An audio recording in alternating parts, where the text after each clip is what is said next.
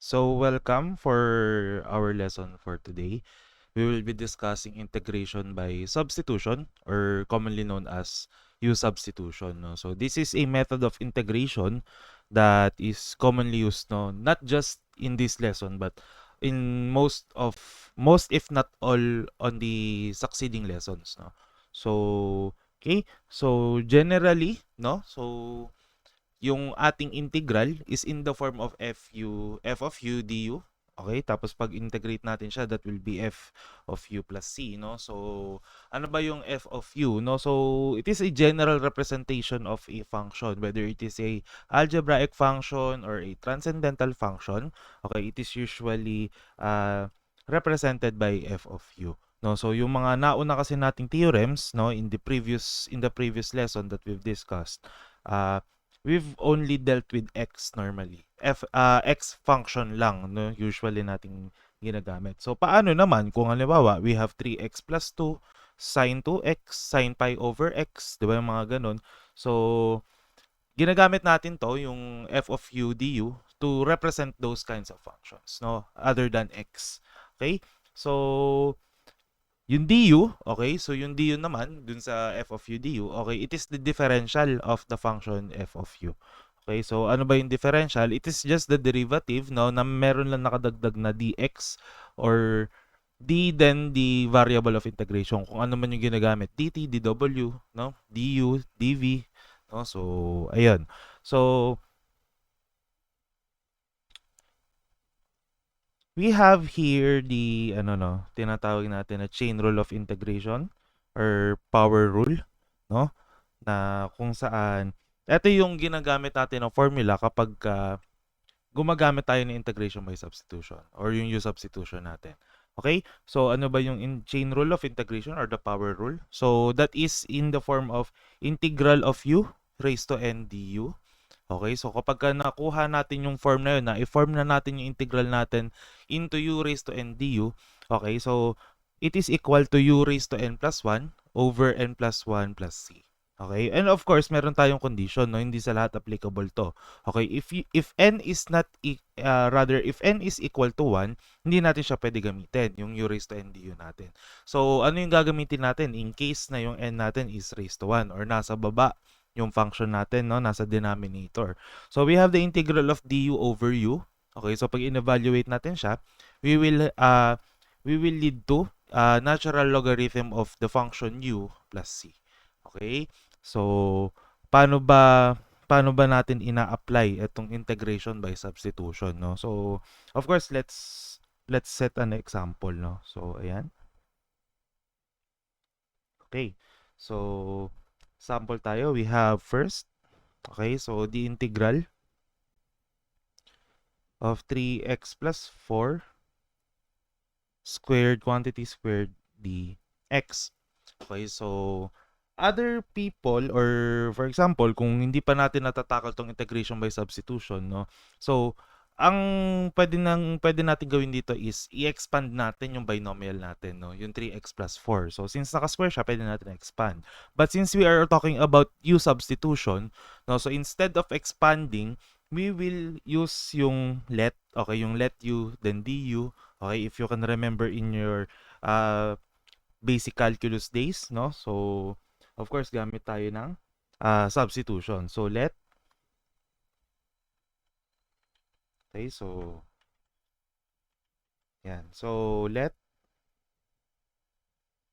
no, u be equal to, okay, so, paano ba natin ma-determine ano yung na gagamitin natin? Okay, since we are eyeing to get the integral in the form of u raised to n du, no, so, yung mga kailangan natin determine, u, n, at saka yung du natin. Okay, so it is very easy to identify n. Bakit? Siya lang naman yung nag-iisang exponent doon, no? Dito sa integral natin, in this case 2. No, this is our n, no? Ayan. So, since this is our n, yung 2, so nevertheless, yung base niya, okay, or yung function nung exponent natin, that is u. No, in this case, 3x plus 4. Okay, so burahin ko lang tong integral of u raised to n du, no? Ayan.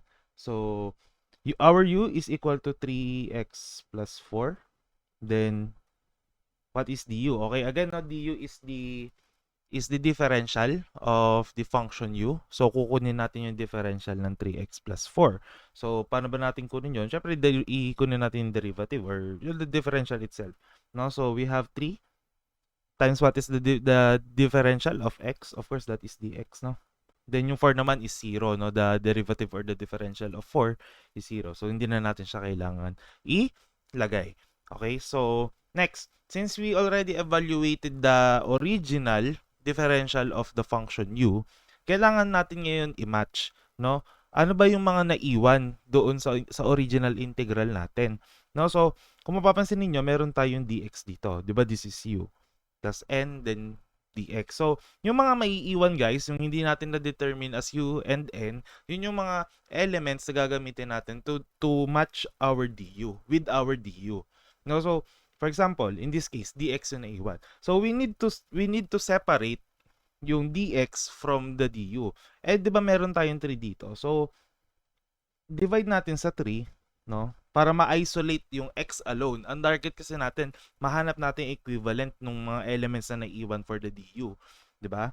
So, makakancel itong 3 natin. So, therefore, dx is equal to 1 over 3 du. Or du over 3. Simply, no? Du over 3. Okay. So, yung mga ano guys, yung mga other terms, other coefficients or variables na may iwan or rather kasama ng du after natin mahanap yung equivalency. Okay, this is what we call a neutralizing factor. For example, in this case, yung 1 over 3 natin. So, this is what we call a neutralizing factor. So, from the word itself, somewhat binabalance niya yung integral natin kapag magpe-perform na tayo ng U-substitution. Okay? So, next, meron na tayong U, meron na tayong n, meron na rin tayong du or yung elements for the du. So, what we will do is substitute na natin. Okay? So, personally, no, inuuna kong ilagay yung neutralizing factor. Okay? So, since eto kasi yung dx is equal to 1 over 3 du, yung ipa-plug natin kapalit ng mga elements doon sa original integral. No, so, bakit inuuna ko ilagay yung neutralizing factor? Para alam ko na may lalabas na constant. No, kasi 'di ba remember, one of the theorems na meron tayo sa integral, okay, is if you have the integral of a times a function, let's say f of u du, and a is a constant, no? A is a constant, so it is equivalent to a times the integral of fu du. Okay? So, kaya inuuna natin ilagay yung neutralizing factor para alam agad natin na meron tayong ilalabas. Okay? Tapos times, what is, ano lalagay natin? Of course, yung na, no? So, since na-evaluate na natin yung value ng u. Then, yung n, lalagay natin, but 2 na ilalagay ko. Hindi ko nalalagay yung n para hindi na masyado maraming ilalagay na letters, no? Then, du. Okay, kasi yun nga, yung dx nga natin dito, that is 1 over 3 du. Okay? Then, lalabas natin yung 1 over 3 times the integral of u squared du. Tapos, applyan lang natin to ng chain rule of integration or the power rule, no? So, bako lang ng konti, no? Ayan. So, gagamitan natin ng chain rule for integration. We have 1 over 3 times u 2 plus 1, di ba? U raised to n plus 1 over 2 plus 1 plus c. Okay? Tapos, i-simplify lang natin. This will become 1 over 3 times u cube over 3 plus c. Okay? Tapos, combine natin yung mga pwede natin combine. In this case, for example, yung denominator, no? So, pwede natin siyang gawing 1 over 9 u cube plus c. Okay, so hindi pa dito natatapos, no? So, kailangan natin syempre ibalik yung original, no? Yung original function natin, yung doon sa u. Okay, so what is the value of u? No? Angat lang natin ng konti. So, we have 3x plus 4. So, meaning, kailangan natin ibalik yung u is equal to 3x plus 4. So, therefore, our final answer is 1 over 9 times the quantity of 3x plus 4 cube plus c. Okay, so this is our our final answer. Okay? So I hope you guys understand. In case na medyo nabibilisan kayo, so you can set the video speed into 0.75, no? Para medyo mabagal lang kaunti. Ayan. So another example. Okay? So another example we have here. Ako na lang sa baba ilalagay, no? Ayan. So number 2. Oops. So we have here number 2. We have the integral of x squared minus 1 to the 4th x dx. Okay? So, ito daw yung integral na ipinapa-evaluate sa atin. Okay. So, again, no, it is very easy to identify what is n. In this case, 4. No? Since 4 is n, so yung kanyang function, yung kanyang base function, that will be the u. And itong mga may iwan, this will be the elements for later, no, upon evaluation of du. Okay? Yung mga katumbas nito, yung x dx natin. So, we have u is equal to, let u be equal to x squared minus 1. Then, kunin natin yung differential. No? So, du is equal to 2x dx. Okay? So, I hope you guys know, no, by this time, no, paano natin nakuha yung 2x dx. So, since x dx lang yung meron tayo, hiwalayin natin yung 2 from the x dx, no? Divide by 2. Therefore, x dx is equal to 1/2 du. Okay? So, may neutralizing factor na tayo, may du na rin tayo. Okay, so, substitute na natin. So, we have the integral of, again, the neutralizing factor, uunahin natin, no? Then, u to the 4th du. No? Tapos, lalabas yung 1/2 times the integral of u to the 4th du. Okay? Then, next, evaluate natin yung integral of u to the 4th du. So, gamitan natin ng chain rule of integration. So, that is u to the 5th over 5. So, saan ba nanggaling yung 5? Diba, n plus 1, u raised to n plus 1 over n plus 1. So, since 4 ang n natin, plus 1, that is 5. Okay? Plus c. Then, combine lang natin, no? This will be equal to 1 over 10 u to the 5th plus c. Tas alam natin na u is equal to x squared minus 1. Okay, so ibabalik lang natin for us to have our final answer. Therefore, our final answer is 1 over 10 quantity times the quantity of x squared minus 1 raised to 5 plus c. So this is our final answer for example number 2. Okay, so next, let's proceed with the third example. So we have 5 examples in total, no, for us to practice. No? So number 3, we have the integral of sine to the 5th 4x cosine 4x dx. Okay, so ito yung pinapa-evaluate na integral sa atin. So again, no, it is very easy to identify what is n. That is 5. Then, ano yung u natin? So, yung base function, no? Which is sine 4x. No? So, this is our u. So, yung mga may iwan, ito yung mga gagamitin nating elements to evaluate or later to compare with the value of du. No? So, we have u be equal to sine 4x. Diba? Then, du. Okay, the differential of sine 4x is 4 cosine 4x dx. Okay? So, since meron tayong cosine 4 dx dito sa ating original integral, so, kailangan na nating ihiwalay yung 4 from cosine 4x dx. Okay?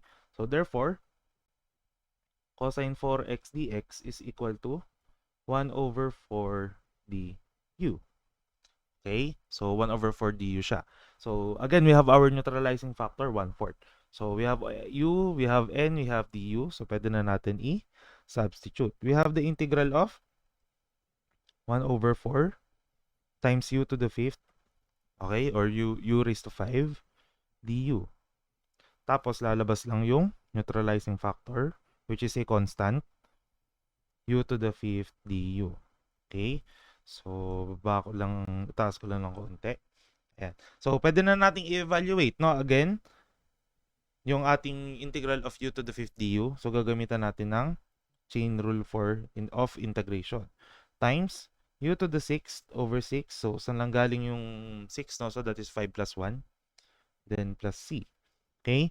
Tapos, combine lang natin. We have 1 over 24 times u raised to 6, no? Plus c. Then, alam natin that u is equal to sine 4x. So, ibabalik lang natin yung sine 4x natin. Therefore, our final answer is 1 over 24 sine to the 6th of 4x plus c. So, this is our final answer.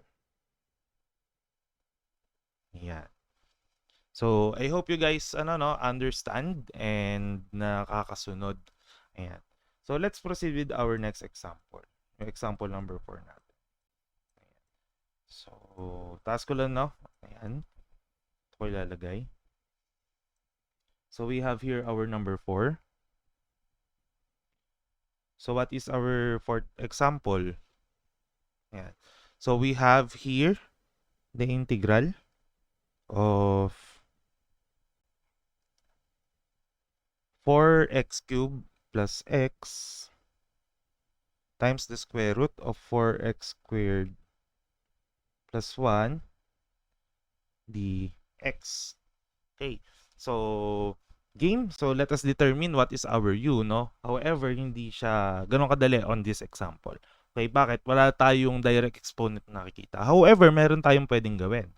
Okay, so, if you will notice, okay, this part, so this is a radical expression. Okay, and alam natin na ang radical expression is also an exponential expression, okay, expressed in a fractional exponent. Okay, kapag convert natin from radical to exponent. Okay, so game, convert natin yon. Okay, so we have the integral of 4x cubed plus x times 4x squared plus 1 raised to 1 half dx. Okay? So, what we will do next? Okay, so, ito naman yung tingnan natin. No? So, palit ako yung kulay. Ayan. So, ito naman tingnan natin. Yung first term. Or the first expression rather. So, kung papapansin niyo, meron tayong common factor na x. Okay? So, pwede natin siyang i-factor out. Okay? So, this will lead us to what is, kapag factor out natin, ang lalabas is 4x squared plus 1. Okay? So, later ko na isusulat yung x, no? So, ito muna. 4x squared plus 1 is to 1 half. Ito ko na lang siya susulat sa dulo. X dx. Okay? So, next, combine natin itong dalawa. Since they have the same, no? They have the same expression. They are both 4x squared plus 1. No? So, what we will do is, combine lang natin siya. And alam natin, pagka same base, okay, kapag nag-multiply tayo ng exponential term or exponential function, okay, with the same base, exponential functions with the same base, okay, so i-add lang natin exponents nila. So, we have the integral of 4x squared plus 1 times 1 plus 1 half. What is 1 plus 1 half? That will be 3 halves. Diba? So, x dx. Okay? So, since na-simplify na natin, nakapagpalabas na tayo ng exponent, no, in this case, 3 over 2. Then, this is our u, of course. No, tapos yung mga may iwan, ito yung mga i-compare natin later for the du. Okay, so we have u is equal to 4x squared plus 1. Then, the differential of 4x squared plus 1 is 8x dx. And x dx lang yung meron tayo. So, ihiwalay natin yung 8 from the x dx. Okay, so therefore, x dx is equal to 1 over 8 du. Ba? So, yan. Meron na tayong u, meron na tayong n, meron na tayong du. So, pwede na natin i-substitute. So, we have here the integral of 1 over 8 u raised to 3 over 2 du. Okay? Tapos ilalabas lang natin yung 1 over 8 times the integral of u raised to 3 over 2 du or 3 halves du. Okay? Then next, evaluate natin yung u raised to 3 halves over 2 using chain rule for integration or the power rule. No? So, this will be 1 over 8 times u. What is 3 over 2 plus 1? Okay, so that is 5 over 2 over 5 over 2 plus c. Okay? So, next, kapag ka meron tayong ganito, kung mapapansin niyo, no? So, meron tayong complex fraction, no? So, yung numerator natin, okay, it is a, sabihin natin is simple, no? Simple term lang. Okay, however, yung denominator natin kasi ay fraction. So, fraction in a fraction, no? So, what we can do is kunin natin yung reciprocal. Then, imo-multiply natin. Okay? So, this is multiplication sign. Ayan, or asterisk, no? So, imo-multiply natin siya pabalik dito sa numerator. Okay? To make the complex fraction simple. Okay? So, we will have 1 over 8 times 2 over 5, no? U raised to 5 over 2 plus c.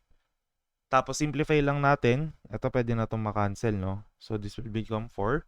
Therefore, we have 1 over 20 u raised to 5 over 2 plus c, no? Tapos, alam natin na u is equal to, ano yun natin? 4x squared plus 1.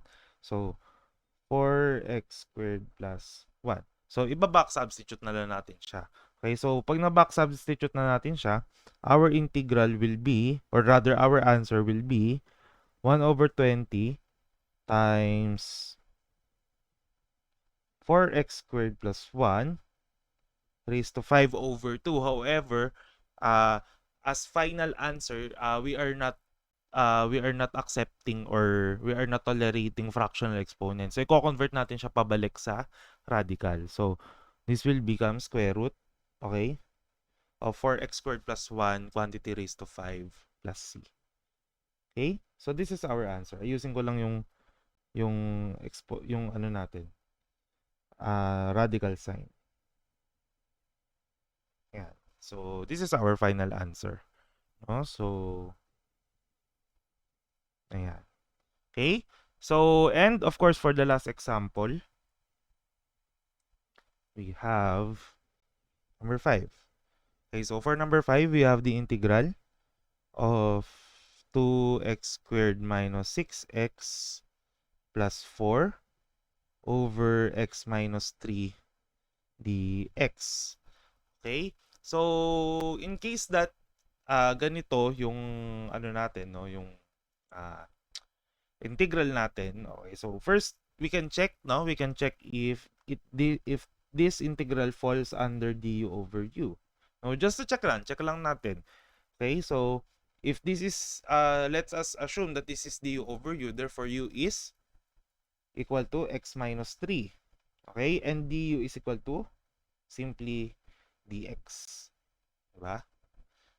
Okay, however, hindi lang naman dx yung numerator natin, no? Yung dun sa du natin, meron pa tayong polynomial na nakalagay. So, ibig sabihin, hindi applicable to, no? Yung ano natin.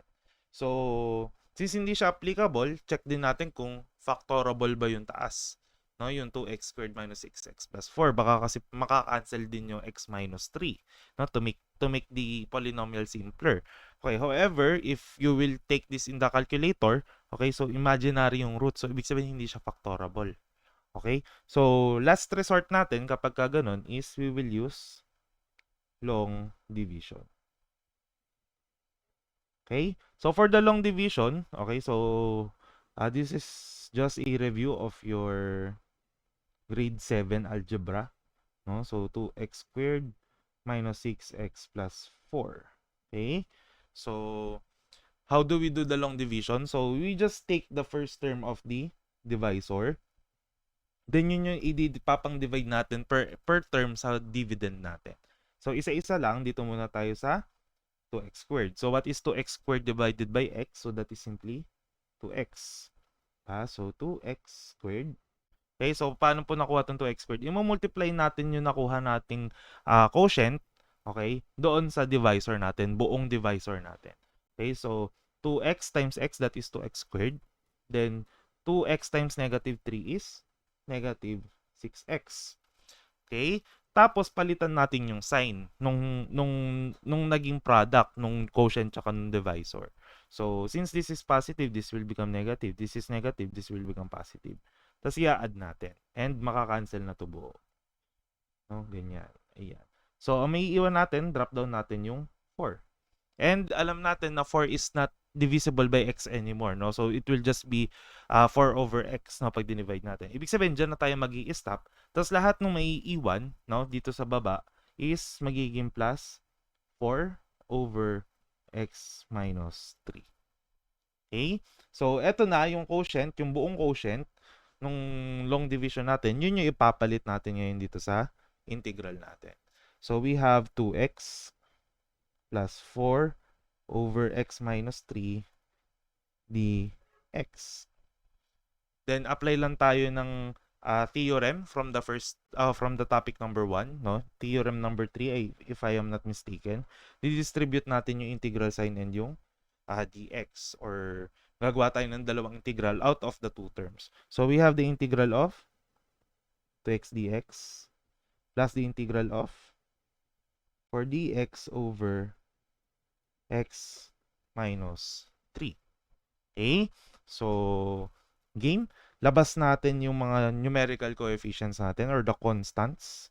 No? So, we have here 2 integral of x dx plus 4 integral of dx over x minus 3.